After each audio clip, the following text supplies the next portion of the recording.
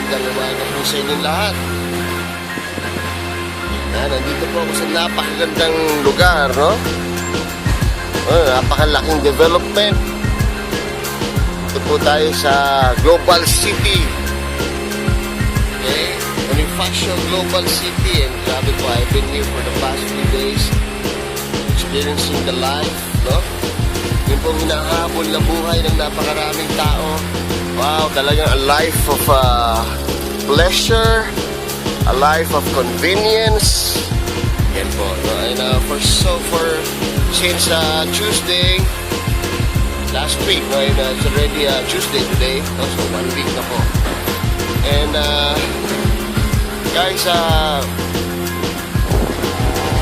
yes, this is the life yung nahanap ng lahat, no? And I was looking for a place, no, to meditate, no? And because that's yun po talaga yung pinakamahalaga na parte ng buhay ko, which is yung time ko to just pray and meditate. And I searched for a place and I was led to this place. And dito po ako nakarating.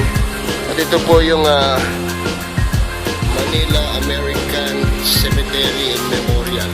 Sana nakikita niyo po. So, yan po, napakaganda po niyan. Okay? Alright, so I decided to stay here. Actually, sa labas lang po, ayaw ko pasukin sa mga pa. Pero I was asking even the guards, pwede bang pumasok at gusto ko talaga magdasal doon sa loob ng sementeryo. Alright, sa panahon ngayon na punong-puno ng naguluhan, chaos, I just saw a certain contrast dito po sa lugar na to, no? Napaka-busy ng lahat, no? And everybody's rushing, going to the office, no? It's actually almost 9 a.m. And lahat po probably may iniisip na gagawin, tatapusin, may nahabol na cheque, may pupundohang cheque, may deadline, etc. Pero at the center of everything, there is also a place dito po sa Global City na napakatahimik at napakapayapa ang mga tao. Ito po yung cemetery nila. Alright, so I decided to stay here because I am somebody na gusto ng kapayapaan. Kayo po ba? I don't know about you, but I know at some point of your life, sana gusto mo payapa na lang. Alright, at some point of your life, I know na na-experience nyo na may araw na ayaw mo na lang gumalaw, ayaw mo kumilos, ayaw mo lumabas. Alright, so my point here is we can actually do that if we want to. Kaya wag po tayong matrap doon sa rat race na habol sa buhay, no? Para makabili ng ganitong gamit, para makabili ng ganitong mga material na bagay, para ma-experience yung kasarapan sa buhay. Hindi po yun ang buhay. Okay, you have to search deeper. You really have to dig deeper about life kung gusto mo talaga ng kapayapaan. Huwag po tayong maglokohan. Alam ko na kahit nakuha mo na yung gusto mo, no, nakabili ka na ng bagong kotse, nakabili ka na ng bagong bahay, etc., etc., believe me, alam ko may hinahanap ka pa rin. At yun, ang hinahanap mo ay kapayapaan sa buhay mo, inner peace. Alright, so yun lang po ang mensahe ko rito. Gusto ko po ipakita sa inyo na even at the center of a very busy place, we can always be peaceful if we want to. Decisional lang po natin. Do you really want a life of chaos or a life of peace? Alright, so a life of peace can only come from a very deep spiritual life. Alright, yun po ang message ko. Please, find time to feed your spirits.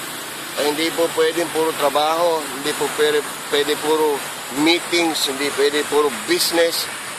We really have to find time to improve and get deeper in our spiritual life if we want inner peace. Okay, so kung ako po tatanungin nyo, between this world and the other side, dito po sa likodan ng pader na to, na kung saan marami na nagpapahinga at nakahanap ng kapayapaan. I would say I'm part of this side. Okay, in my age of 42 years old, I was able to discover the inner peace na hindi ko na po kailangan magmadali, hindi ko na kailangan makipaghabulan, hindi ko na kailangan siksikan sa traffic rush, etc., etc. And because of that inner peace I got from a very deep spiritual life, alright, and knowing that I have a God, knowing that I have a Master, knowing that I have a Savior who takes care of me in the name of Jesus Christ, believe me po, I'm already part of this side. Ang buhay ko po, payapa. Although I'm alive, wala po kaguluhan. Yun lang po ang mensahe ko sa inyo. So I hope and I pray that you really take this video seriously. You can contact me, PM me, message me if you want to learn more about the Master, the Savior, the Lord, Jesus Christ na nakilala ko. Maraming salamat. God bless everybody. This is Bonifacio Global City, and on the other side is a very peaceful place, Manila American Cemetery and Memorial. God bless everybody.